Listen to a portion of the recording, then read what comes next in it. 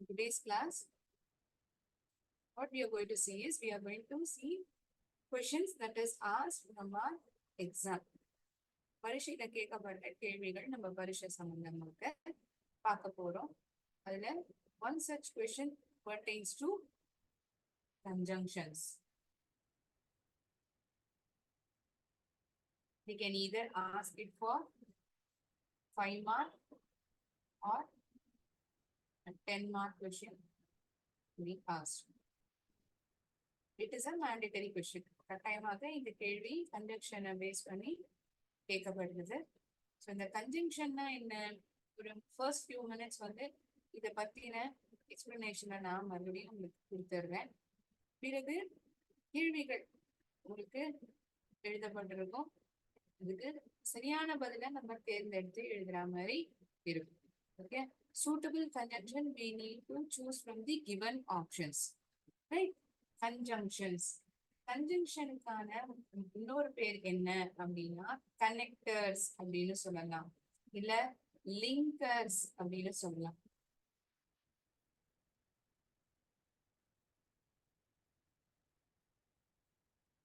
Can either call it as connectors, conjunctions or connectors. Either of these three names you can call conjunctions. Connectors, they are also called as linkers and conjunctions. One moment.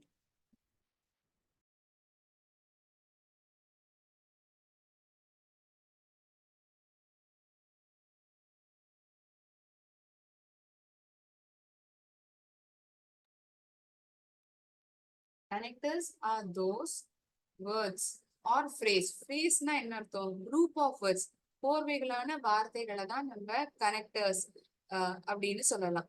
Word ஒரு வார்த்தையாக இருக்கலாம், இல்ல கோர்வைகளான வார்த்தைகளாக இருக்கலாம். அது இரண்டு வாக்கியங்களை இணைக்கிறது. 2 sentences. In between we are using this word called connector. So what is it doing? என்ன பண்றது இந்த connector?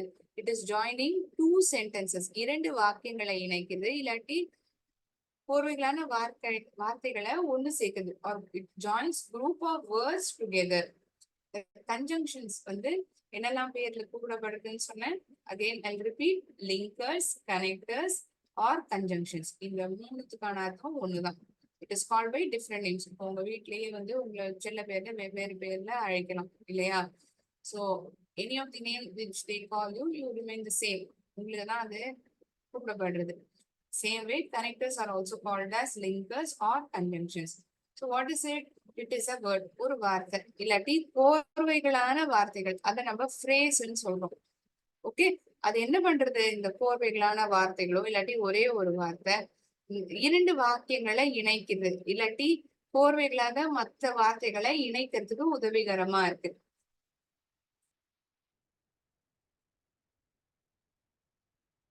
I ate chocolate. நான் சாக்லேட்டை சாப்பிட்டேன். I ate ice cream. நான் ஐஸ்கிரீம் சாப்பிட்டேன். நல்ல வெயில் நாளா இருக்கு, மிஸ் வந்து சாக்லேட் சாப்பிட்டேன், ஐஸ்கிரீம் சாப்பிட்டேன்னு சொல்றாங்க. Okay, why am I telling this over here? I'm telling this because these are 2 sentences, 2 separate sentences.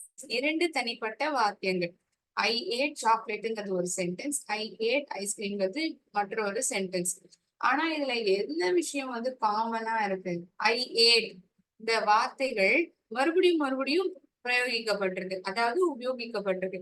நான் என்ன பண்ணலாம்? இந்த வார்த்தைகள், இந்த கோர்வைகளான வார்த்தைகள் phrase சொன்னோமா, இத வந்து ஒரு வாட்டி எழுதி, ஒரு தடவை எழுதி, இங்க இடையில மற்றொரு வார்த்தையை சேர்த்து ஒரே ஒரு வாக்கியமா என்னால மாத்தி எழுத முடியும். அர்த்தமும் அதே மாதிரி அதை தெரிவிக்க முடியும். அதாவது நான் ஐஸ்கிரீமா சாப்பிட்டேன், நான் சாக்லேட்டை சாப்பிட்டேன், இந்த மாதிரி இருக்கிற 2 வாக்கியத்தை நான் சாக்லேட்டும் ஐஸ்கிரீமுமா சாப்பிட்டேன். It also means the same. நீங்க 2 பொருட்களை சாப்பிட்டு இருக்கீங்க, அதுதான் இந்த 2 வாக்கியங்களுமே சொல்றது. அதையே ஒரே வாக்கியமா சொல்லி முடிச்சிட்டோம்னா டு மேக் இட் சிம்பிளர், அதை எப்படி சிம்பிள் ஆக்க முடியும்? அண்ட்ங்கிற ஒரு வார்த்தையை எழுதிட்டேன்னா இடையில என்னால ஒரு சிம்பிள் சென்டென்ஸா இதை எழுதிட முடியும். I ate chocolate. நான் சாக்லேட் மற்றும் ஐஸ்கிரீமை சாப்பிட்டேன். Ate chocolate and ice cream. Instead of writing I ate twice, ஒரே phrase, அதாவது I ateங்கிற வார்த்தைகளை மறுபடியும் பிரயோகிக்காம இடையில ஒரு வார்த்தையை சேர்த்து ஒன் சிம்பிள் சென்டென்ஸா என்னால மாத்த முடியுமா? முடியும். எப்ப முடியும்? இந்த வார்த்தையான and சேர்த்தேன்னா என்னால முடியும். அந்த அண்டுங்கிற வார்த்தை தான் இங்க கன்ஜங்ஷன் இல்லாட்டி கனெக்டர் இல்ல லிங்கர் வேர்ட் அப்படின்னு நம்ம சொல்றது. ஓகே, இப்ப புரிஞ்சிருக்குமா? I ate chocolate and ice cream.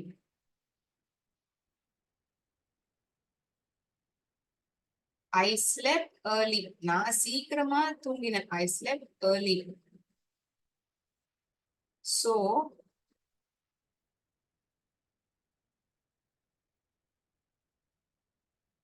I could wake up early. அதனாலதான் என்னால சீக்கிரமா எழுந்துக்க முடிஞ்சது. I could wake up early. அதனாலதான் என்னால சீக்கிரமா எழுந்துக்க முடிஞ்சது. I slept earlyங்கிறது ஒரு sentence. I could wake up early. என்னால சீக்கிரமா எழுந்துக்க முடிஞ்சதுங்கிறது இன்னொரு sentence. This is sentence number 1. This is sentence number 2.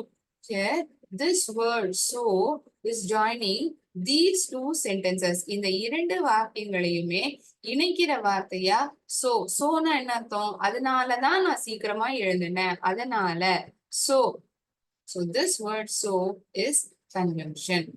So conjunctionக்கான அர்த்தம் புரிஞ்சிருந்தா அடுத்தபடியா நம்ம பார்க்க போறது 3 types of conjunction. Coordinating, COORDINATING.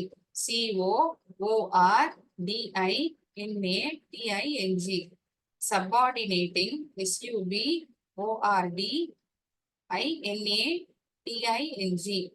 மற்றொரு conjunction correlative. You need to know what are all the 3 types. So only I'm writing it. தெரிஞ்சிருக்கணும். இது தெரிஞ்சிருந்தாதான் இந்தந்த particular ஹெட்டர்ஸ்ல என்னெல்லாம் கன்ஜங்ஷன் நம்ம உபயோகிக்கிறோம்ங்கிறது நமக்கு தெரியும். கோஆர்டினேட்டிங் கன்ஜங்ஷன்ஸ்லாம் என்னெல்லாம்னா for and not, but or yet still, fan, boys இப்படி ஞாபகம் வச்சுக்கலாங்கிறத நான் சொல்லியிருந்திருப்பேன். fan, boys. For A for and அப்படின்னா மேம் இந்த ஆண்ட்ங்கிறது கோஆர்டினேட்டிங் கன்ஜங்ஷனா? ஆமா. ஏன் கோஆர்டினேட்டிங் கன்ஜங்ஷன் சொல்றீங்க மேம்? இங்க மத்த 2 கன்ஜங்ஷன் பேர் எழுதிருக்கீங்க, ஏன் அந்த கன்ஜங்ஷன்ல வராது? ஏன் வராது அப்படிங்கிற சந்தேகம் யாருக்காவது இருந்ததுன்னா இந்த கோஆர்டினேட்டிங் கன்ஜங்ஷனுக்கான அர்த்தமே என்னவா இருக்கும்னா 2 தனிப்பட்ட வாக்கியங்கள் அதை ஒன்று சேர்ப்பதற்காக இடையில் உபயோகிக்கக்கூடிய கன்ஜங்ஷன் தான் இந்த கோஆர்டினேட்டிங் கன்ஜங்ஷன். 2 இண்டிபெண்டன்ட் சென்டென்சஸ் தனித்துவமாக படித்தாலும் அது நமக்கு அர்த்தத்தை தெரிவிக்கிறது. ஒரு சென்டென்ஸ் இன்னொரு சென்டென்ஸை சார்ந்து இருக்கா அப்படின்னா கிடையாது. ஒரு சென்டென்ஸை தனியா படிச்சாலும் அர்த்தத்தை தெரிவிக்குது, மற்றொரு சென்டென்ஸ் தனியா படிச்சாலும் அது அர்த்தத்தை தெரிவிக்குது. இன்னொரு சென்டென்ஸை சார்ந்து இல்ல. இப்ப இந்த I ate chocolate, I ate ice cream, இப்போ ஒரு வெறுமனே இந்த சென்டென்ஸ் மட்டும்தான் இருக்கு அப்படின்னா இட் ஸ்டில் மேக் சென்ஸ். அது அர்த்தத்தை தெரிவிக்கிறது. இடையில கன்ஜங்ஷனும் கிடையாது, ஒன்றும் கிடையாது. ஆனா நான் சாக்லேட்டை சாப்பிட்டேன். இதுவே நான் இப்படி எழுதுறேன், as I was early to school, I write this as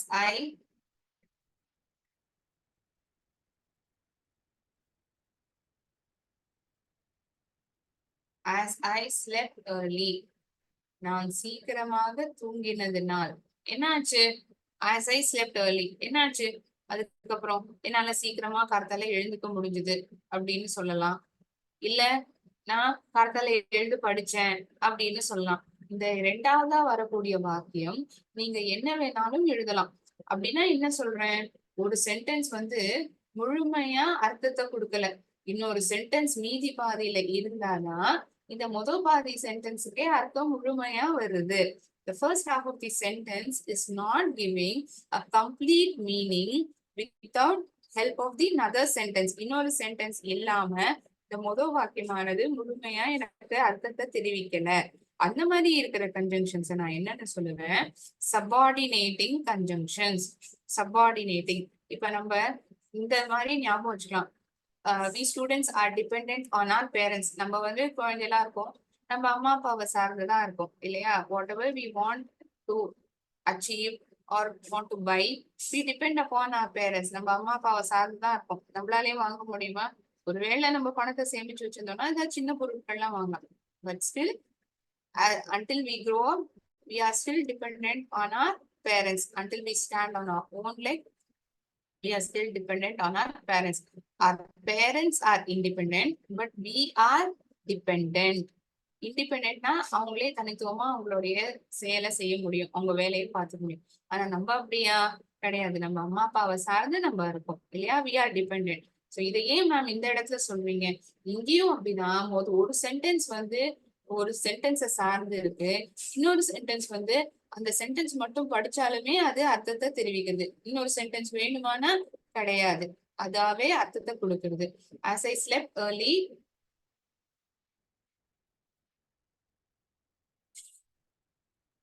I woke up at 5 AM. நான் சீக்கிரமா தூங்கினதுனால 5 மணிக்கே எழுந்தேன். I woke up at 5 AM. இப்ப நீங்களே படிச்சு பாருங்க. இந்த சென்டென்ஸ நான் கையை வர மூடிடுறேன். as I slept early, நான் சீக்கிரமா தூங்கினதுனால. அதுக்கப்புறம் உங்களுக்கு கேள்வி வரும், என்னாச்சு நான் சீக்கிரமா தூங்கினதுனால என்னாச்சு? அதுக்கு இன்னொரு சென்டென்ஸ் தேவைப்படுறது முழுமையா அர்த்தத்தை கொடுக்கறதுக்கு இல்லையா. அதுக்கு இந்த பதில் தேவைப்படுறது, இந்த சென்டென்ஸ் தேவைப்படுறது. I woke up at 5 AM sentence கட்டாயமா எனக்கு தேவை. ஒருவேளை இந்த சென்டென்ஸ் நான் கையால முடிக்கிறேன். I woke up at 5 AM, நான் காத்தால 5 மணிக்கு எழுந்தேன். இந்த சென்டென்ஸ் மட்டும் படிச்சாலுமே எனக்கு அர்த்தத்தை கொடுக்கறது இல்லையா. இந்த இப்ப முதல் பாதி சென்டென்ஸ் இருக்கு இல்லைங்கிறது அவசியம் கிடையாது. It is still giving a meaning without the first sentence, first half of the sentence. Whereas this sentence is dependent on this sentence for it to give a complete meaning. I'm sorry, 1 minute.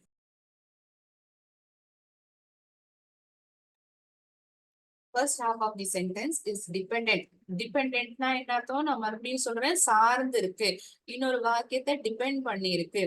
நம்ம அம்மா அப்பா மேல depend ஆயிருக்கோம்.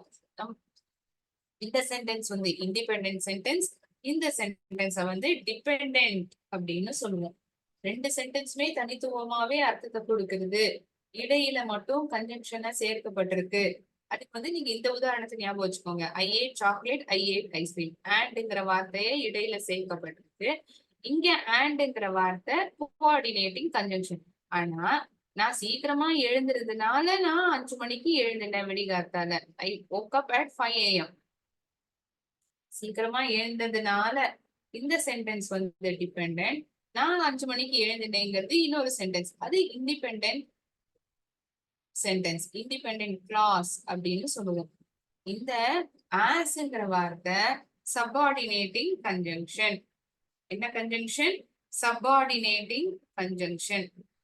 Coordinating conjunction என்ன? FANBOYS, for and nor, but, or, yet, still. I'll write for you so that you can make note of it. For and nor,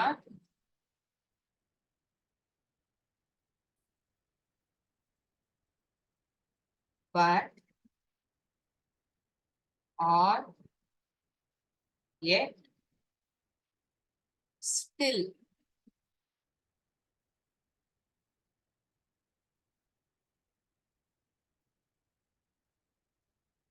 I came early, but I missed the bus. நான் சீக்கிரமா தான் வந்தேன், ஆனா நான் பஸ்ஸை தவற விட்டுட்டேன். I came early, I missed the bus.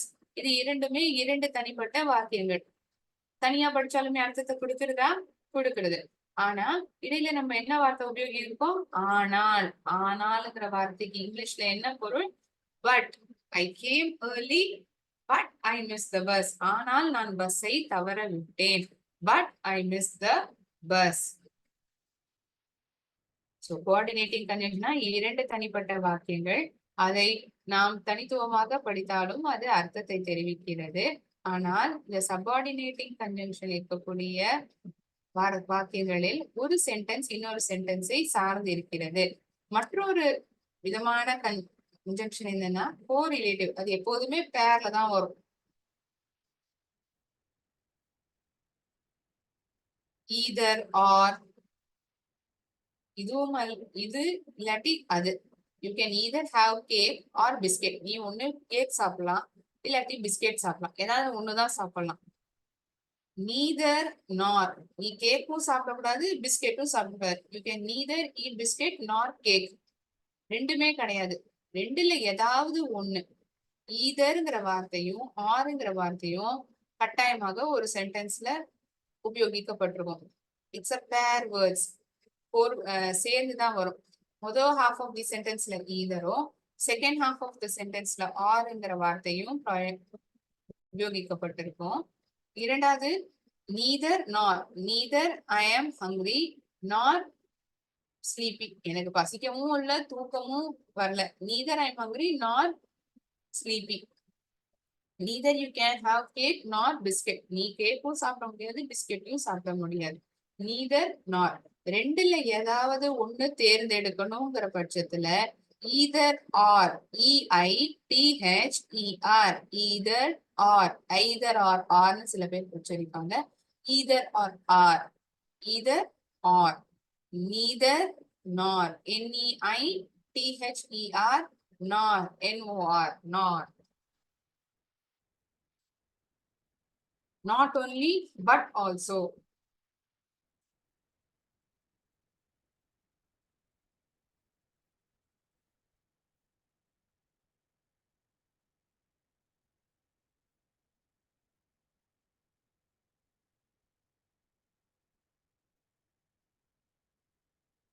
Not only but also. இந்த வார்த்தைகளும் பேரா தான் எழுதப்பட்டிருக்கும் வாக்கியங்கள்.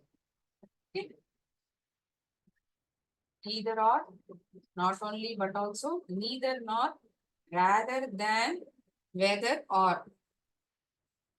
Okay, we'll see few examples, then I'll ask questions. Okay, இங்க நான் எழுதியிருப்பேன் மீனிங்கா. Coordinating conjunctions and, but, or, to, else, otherwise, still, yet. It links two or more words of equal importance. இரண்டு வாக்கியங்கள் சமத்துவமான முக்கியத்துவம் இருக்கக்கூடிய வாக்கியங்களை இணைப்பதற்காக பிரயோகிக்கப்படுகின்ற கன்ஜங்ஷனாக கோஆர்டினேட்டிங் கன்ஜங்ஷன் இருக்கிறது. Subordinating conjunction when I was in my young age, I played football. நான் சின்ன வயசுல இருந்த பொழுது, when I was young, this is one sentence. I played football, நான் கால்பந்து விளையாடினேன். I played footballங்கிறது இண்டிபெண்டன்ட் சென்டென்ஸ். அதாவது அந்த வாக்கியத்தை மட்டுமே நான் சொன்னாலுமே அர்த்தத்தை கொடுக்கறது, இன்னொரு சென்டென்ஸா சார்ந்து இல்லை. when I was young, நான் சின்ன வயசுல இருந்த பொழுது என்னாச்சு, எனக்கு அடிபட்டது, I hurt my legன்னு சொல்லலாம். இல்ல நான் ஏதாவது ஒரு இதுல ரொம்ப திறமசாலியா இருந்தேன், நான் யோகா பண்ணியிருந்தேன் தினைக்கும் அப்படின்னு சொல்லலாம். I used to do yoga every day. I used to practice yoga daily. These words are when, as soon as, even though, wherever, whether.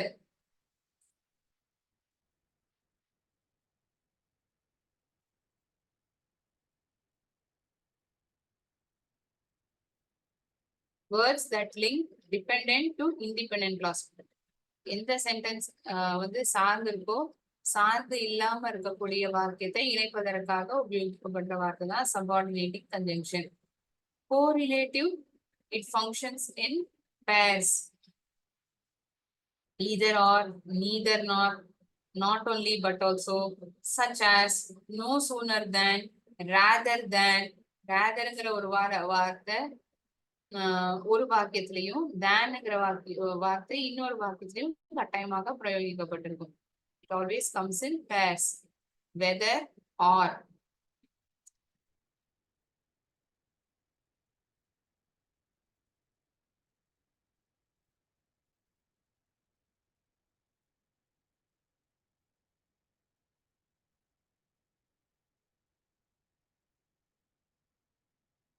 1 minute.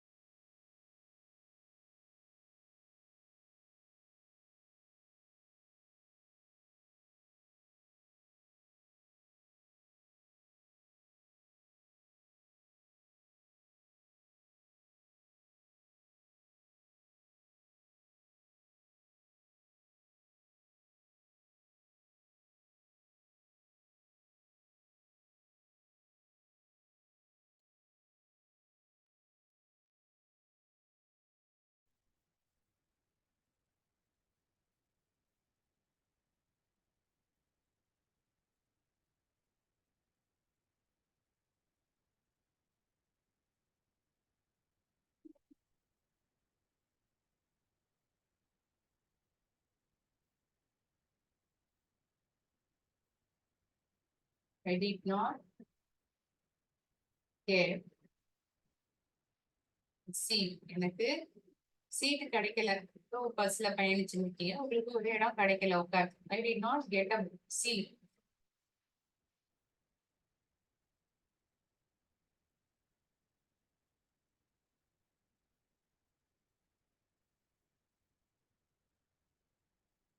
நீங்க வாக்கியத்தை படிச்சுக்கிறத இப்படி புரிஞ்சுக்க பார்க்கணும். 2 வாக்கியங்கள் இருக்கா, அதுல ஒரு வாக்கியம் வந்து படிச்சோம்னா முழுமையா அர்த்தத்தை கொடுக்குறதா, 2 தனி வாக்கியங்களா படிச்சோம்னா அது முழுமையான அர்த்தத்தை கொடுக்குறதா அப்படின்னா நம்ம ஏதாவது ஒரு கோஆர்டினேட்டிங் கன்ஜங்ஷனை உபயோகிக்கணும். அண்டோ, பட்டோ, ஆரோ, ஸ்டில்லோ, முக்காவாசி இந்த ஆப்ஷன்ல தான் உங்களுக்கு தேர்ந்தெடுக்கிற மாதிரி இருக்கும். அப்படி இல்லையா, ஒரு சென்டென்ஸ் வந்து இன்னொரு சென்டென்ஸை டிபெண்ட் பண்ணியிருக்க மாதிரி இருந்ததுன்னா நம்ம subordinating conjunction as, when, since, although, whenever இது போன்ற வார்த்தைகள். I did not get a seat. I came early. I came early. நான் சீக்கிரமா தான் வந்தேன். I did not, இங்க ஒரு blank இருக்கு. I came early. Although I came early, நான் சீக்கிரமா வந்திருந்துமே எனக்கு இடம் கிடைக்கல. Although I came early, I did not get a seat. So this word although is subordinating conjunction.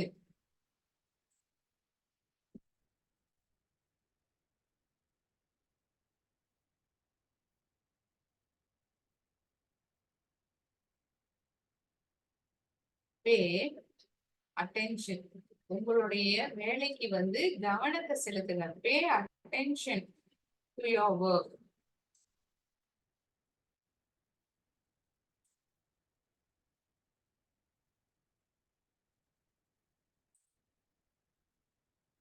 You will make mistakes.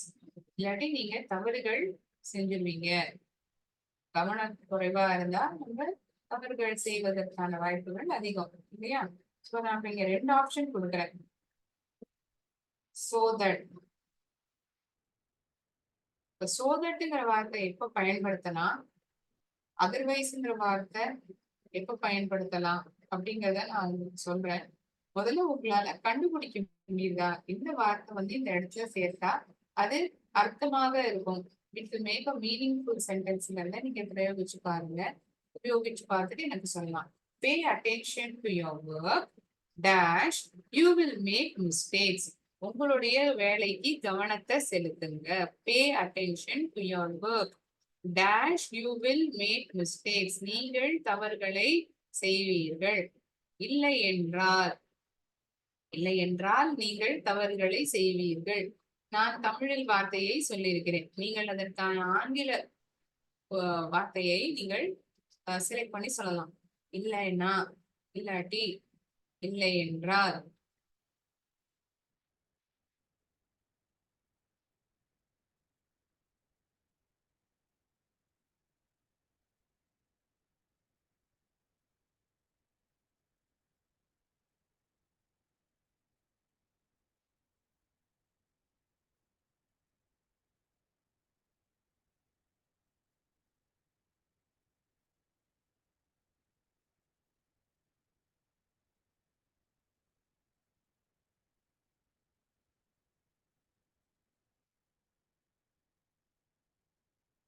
on students guess which option should I choose.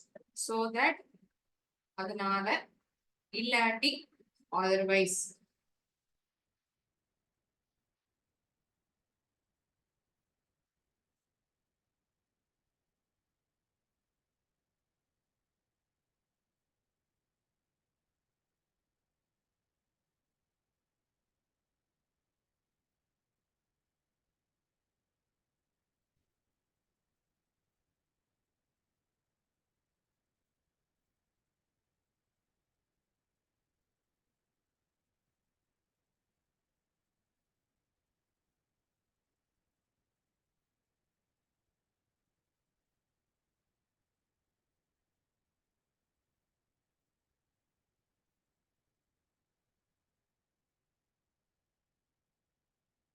pay attention to your work. வேலைக்கு கவனத்தை செலுத்துங்கள். இல்லை என்றால் otherwise இல்லாட்டி நீங்கள் தவறுகளை செய்வீர்கள். otherwise you will make mistakes. otherwise வார்த்தை தான் இங்க உபயோகிக்கணும். so that you will make mistakes. பண்ணா உங்களால தவறுகளை செய்ய முடியும். வேலையில கவனம் செலுத்தினா உங்களால தவறுகளை செய்ய முடியும். அந்த மாதிரி அர்த்தத்தை கொடுக்குற வாக்கியமா எனக்கு வேணும் கிடையாது. இல்லாட்டி தவறுகளை செய்வீங்க, இல்லாட்டி தவறுகள்லாம் நடக்கும். otherwise you will make mistakes. That is why we need to choose this option.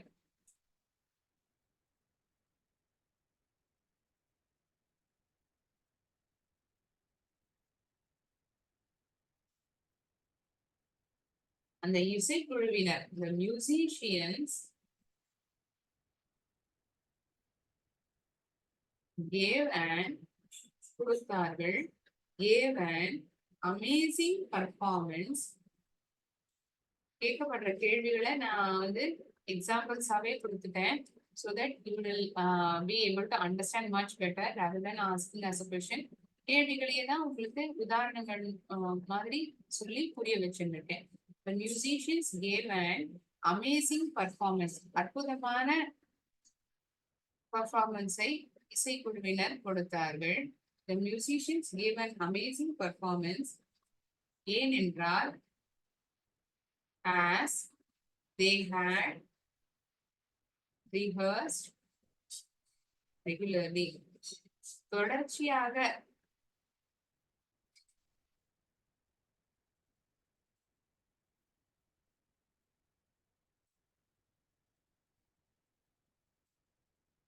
practice அல்லது rehearsal தினைக்கும் ரிஹர்சல் பண்ணி பார்த்துருக்காங்க. ரிஹர்சல்னா என்ன அர்த்தம்? தினைக்கும் அந்த பர்ஃபார்மன்ஸ் கொடுப்பதற்கான பயிற்சியோ அது திருப்பி திருப்பி பாடி பார்க்கறது, அதுதான் rehearse. as they had rehearsed regularly. இங்க ஏன் ஆஸ்ங்கிற வார்த்தை பயன்படுத்தப்படுதுன்னா பாசர், இதற்கான ரீசன் ஏன் அவங்களால நல்ல ஒரு பர்ஃபார்மன்ஸ் கொடுக்க முடிஞ்சதுன்னா அவங்க தினைக்கும் பிராக்டிஸ் பண்ணதுனால, ரிஹர்ஸ் பண்ணதுனால. as they had, since they had rehearsed regularly அப்படி கூட சொல்லலாம். ஆப்ஷனை பொறுத்து இங்க ஆப்ஷன் வந்து as, though, but. ஒரு விஷயம் நடந்திருக்கு ஆனா இன்னொரு விஷயம் நடக்கல அப்படிங்கிற பொழுதுதான் பட்டுங்கிற வார்த்தை உபயோகிப்போம். நான் ஒரு வேலையை செஞ்சேன் ஆனா இன்னொன்னு நடக்கல அப்படிங்கிற போது தோ. ஒரு வேலை நான் பண்ணதுனாலதான் இன்னொரு வேலை நடந்தது. அப்போ ஆஸ்ங்கிற வார்த்தைய இந்த கன்ஜங்ஷனை உபயோகிக்கும். இவங்க வந்து ஏன் அற்புதமான ஒரு பர்ஃபார்மன்ஸ் கொடுக்க முடியுதுன்னா அவங்க தினைக்கும் ரிஹர்சல் பண்ணதுனால. காரணத்தை தெரிவிக்கக்கூடிய வார்த்தையாக இந்த கன்ஜங்ஷன் ஆஸ் இருக்கிறது.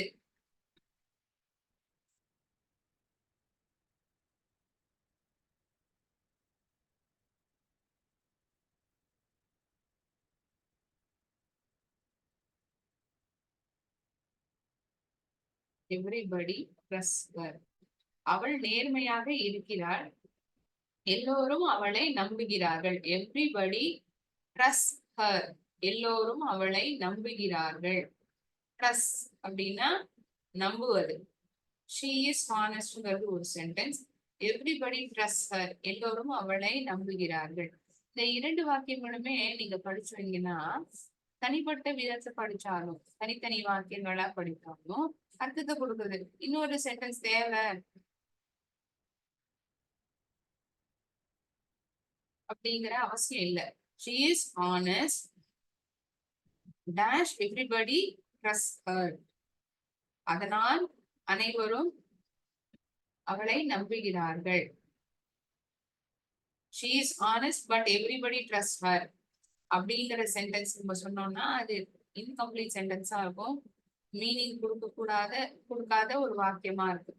she is honest so அதனால்தான் ஒரு கன்க்ளூஷனுக்கு வரீங்க, ஒரு முடிவுக்கு வரக்கூடிய ஒரு வார்த்தையாக இருக்கிறது. so everybody trusts her. அதனாலதான் அவளை எல்லாருமே நம்புறாங்க. அவ நேர்மையா இருக்கிறதுனாலதான் அவளை எல்லாருமே நம்புறாங்க. so everybody trusts her. The word so is coordinating conjunction because two independent sentences are joined with the help of this conjunction.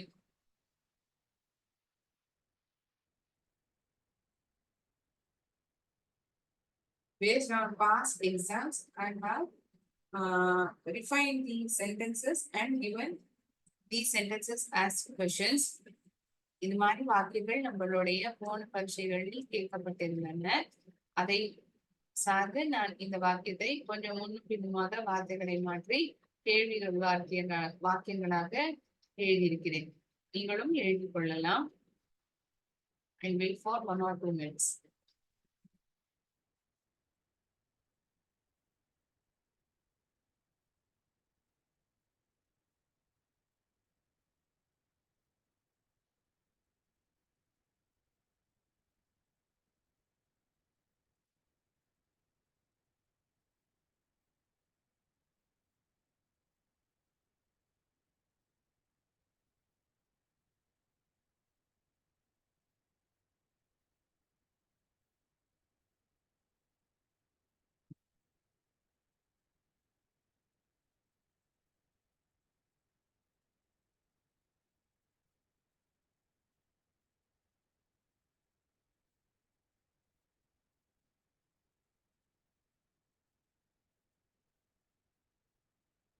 Can make note of these sentences.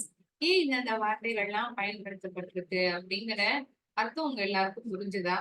Is it understandable to everyone why these words are used as conjunction in between the two sentences?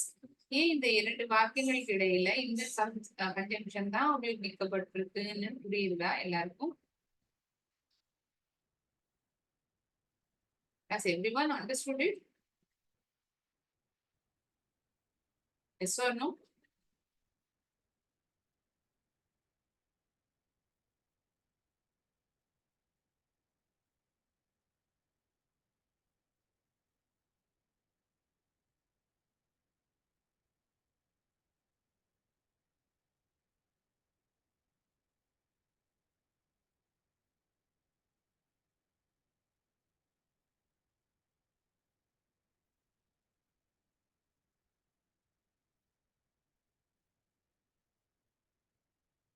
Okay. Thought of sharing a video of this conjunction. Okay. Just a moment. Recording few minutes pause பண்ணிக்கலாம்.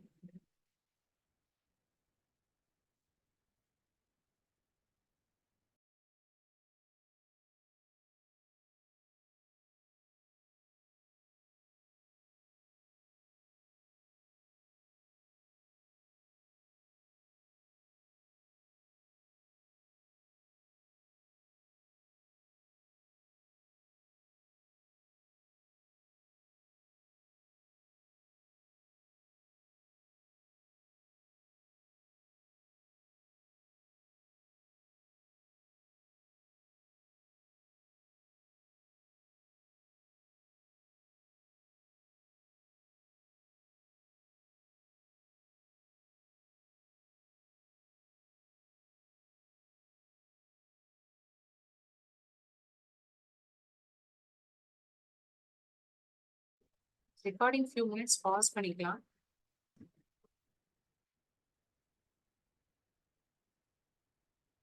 We will solve a quiz pertaining to this conjunction.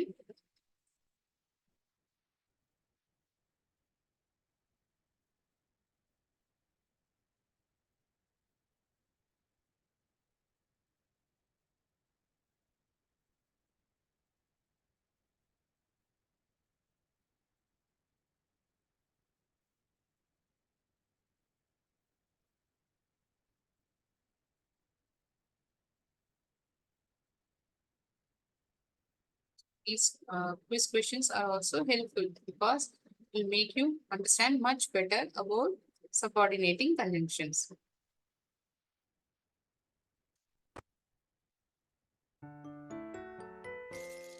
I did not do my homework.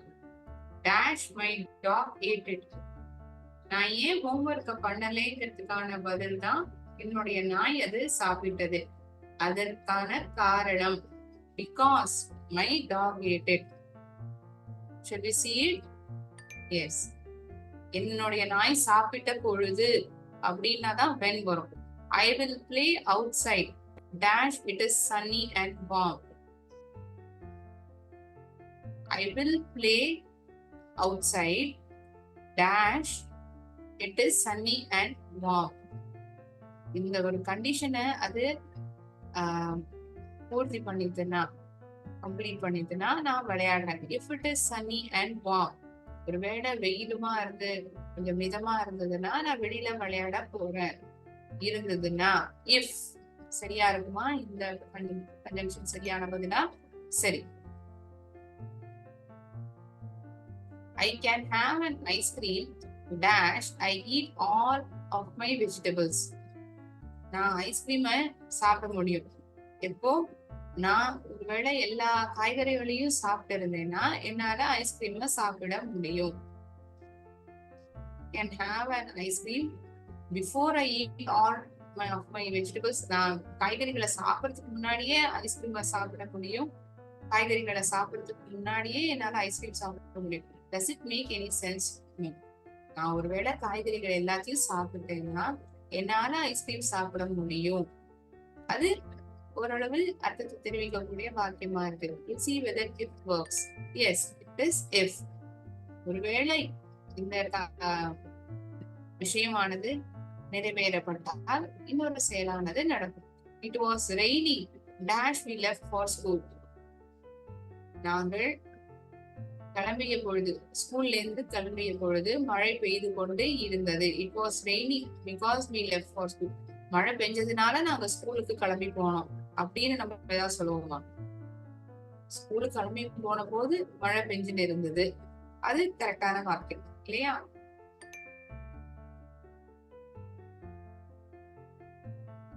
Ben fell over.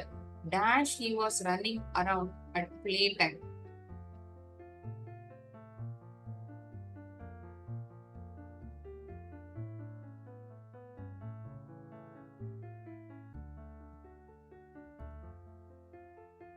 ஓடி ஆடிட்டு இருந்த போது Ben வந்து கீழே விழுந்தான். We'll see whether Ben works when he was running around at playtime. Yes. The dog wagged his tail. Dash he was happy. அந்த நாய் வாலை ஆற்றியது. ஏன்? அது சந்தோஷமாக இருந்த காரணத்தினால் அது தன் வாலை ஆட்டியது. The dog wagged his tail. வால் ஆடுறது, அதுதான் waggedக்கான அர்த்தம். Dash he was happy.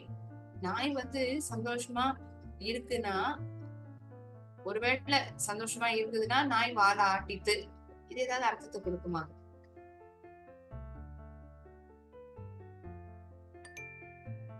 Right answer. சந்தோஷமா இருந்ததுனாலதான் அது வால் ஆட்டி. I went home. Dash the school bell rang. நான் எப்ப வீட்டுக்கு போனேன்? ஸ்கூல்ல பெல் அடிச்ச உடனே நான் போயிட்டேன். பெல் அடிச்சாதான் நான் வீட்டுக்கு போனேன். அது கரெக்டா? கிடையாது. When the bell rang, I went home. Sounds right.